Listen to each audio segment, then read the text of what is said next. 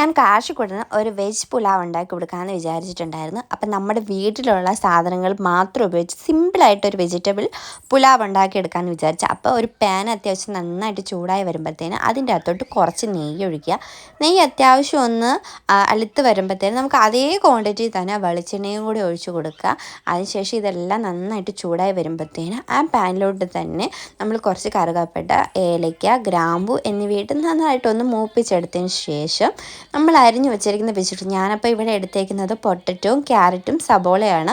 അപ്പോൾ ഇത് എടുത്ത് അത്യാവശ്യം നല്ല രീതിയിലൊന്ന് ഇളക്കി കൊടുക്കുക. ഈ നെയ്യിലും വെളിച്ചെണ്ണയിലേക്ക് ഇടുന്ന ഇതിൻ്റെ ഒരു പച്ചപ്പൊക്കെ മാറി അത്യാവശ്യം ഒന്ന് വഴണ്ടി വരുമ്പോഴത്തേനാണ് നമ്മൾ ഇതിൻ്റെ അകത്തോട്ട് ബാക്കിയുള്ള ഇൻഗ്രീഡിയൻസ് ഒക്കെ ചേർക്കേണ്ടത്. അപ്പം ഞാനാണെങ്കിൽ കുറച്ച് ഗ്രീൻ ബീൻസ് കുതിർക്കാൻ വെച്ചിട്ടുണ്ടായിരുന്നു. അപ്പോൾ നമ്മൾ കുതിർത്ത് വെച്ച് ഗ്രീൻ ബീൻസ് ഇതിനകത്തോട്ട് ആഡ് ചെയ്യുക. അതുപോലെ തന്നെ നമ്മൾ ഞാൻ സോയാബീന് വലിയ സോയാബീനാണ് കിട്ടിയത്. അപ്പോൾ ചെറിയ സോയാബീനുണ്ട്, അത് വേണ്ടവർക്ക് അത് യൂസ് ചെയ്യുക. അപ്പോൾ ഞാൻ വലുതെടുത്ത് അത് ചെറുതായിട്ട് മുറിച്ച് വെച്ചിട്ടുണ്ടായിരുന്നു. മുറിച്ച് അതുകൂടി ചേർത്തിട്ട് നല്ല രീതിയിലൊന്ന് ഇളക്കി കൊടുക്കുന്നുണ്ട്.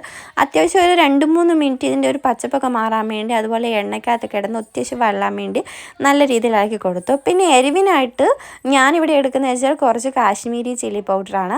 അതുപോലെ തന്നെ ഗരം മസാല നമ്മുടെ വീട്ടിൽ തന്നെ പൊടിച്ചതാണ്. അപ്പോൾ ആവശ്യമുള്ളവർക്ക് അവരുടെ എരിവിനനുസരിച്ച് ക്വാണ്ടിറ്റിയിൽ ചില്ലി പൗഡറൊക്കെ ചേർക്കണം. ഇവിടെ ഇപ്പോൾ കാശിക്ക് കൊടുക്കേണ്ടതുകൊണ്ട് അവനാണെങ്കിൽ ഒത്തിരി എരിവൊന്നും കഴിക്കത്തില്ലാത്തതുകൊണ്ട് ഞാൻ ഒരു ഇത്തിരി കാശ്മീരി ചില്ലി പൗഡർ ചേർത്തിട്ടില്ലായിരുന്നു. അപ്പോൾ ഇതെല്ലാം കൂടി അത്യാവശ്യം നല്ല രീതിയിൽ ഒഴിച്ച് കഴിഞ്ഞപ്പോൾ നമ്മൾ ഉപ്പിടുക. ഉപ്പിട്ടിട്ട് ഉപ്പുകൂടി ചേർത്ത് ഇതിൻ്റെ അകത്തുള്ള ഉപ്പും അതുപോലെ തന്നെ ആവശ്യമുള്ളവർക്ക്, കാരണം ആവശ്യത്തിനനുസരിച്ച് ഇപ്പോൾ ചിലവർക്ക് ഉപ്പ് കൂടുതൽ വേണം, ചിലവർക്ക് ഉപ്പ് കുറവ് മതി. അപ്പോൾ അതനുസരിച്ച് നല്ല രീതിയിൽ ഉപ്പിട്ടിട്ട് നമ്മൾ ഒന്ന് വഴറ്റിയെടുക്കുക. അത് കഴിഞ്ഞ് ഞാൻ 2 കുതിർത്ത് വെച്ചിരുന്ന അരിയാണ്, ബസ്മതി റൈസാണ് എടുത്തത്.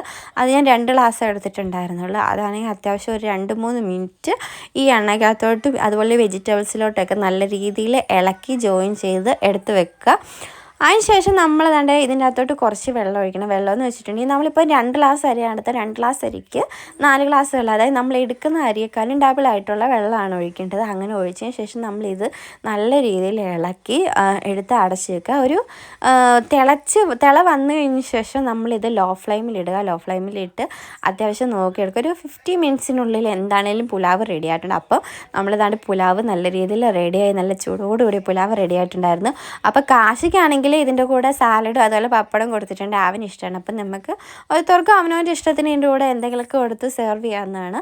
അപ്പം ഇതുപോലെ സിമ്പിളായിട്ട് നമ്മുടെ വീട്ടിലുള്ള സാധനങ്ങളൊക്കെ വെച്ചിട്ട് പുലാവ് ഉണ്ടാക്കിയെടുക്കാൻ പറ്റും. നിങ്ങൾക്ക് ആർക്കെങ്കിലും വീഡിയോ ഇഷ്ടപ്പെട്ടെങ്കിൽ എല്ലാവരും ട്രൈ ചെയ്ത് നോക്കണം. അപ്പം നമ്മുടെ ചാനൽ സബ്സ്ക്രൈബ് ചെയ്യാനും കമൻറ്റ് ചെയ്യാനും ലൈക്ക് ചെയ്യാനും മറക്കല്ലേ.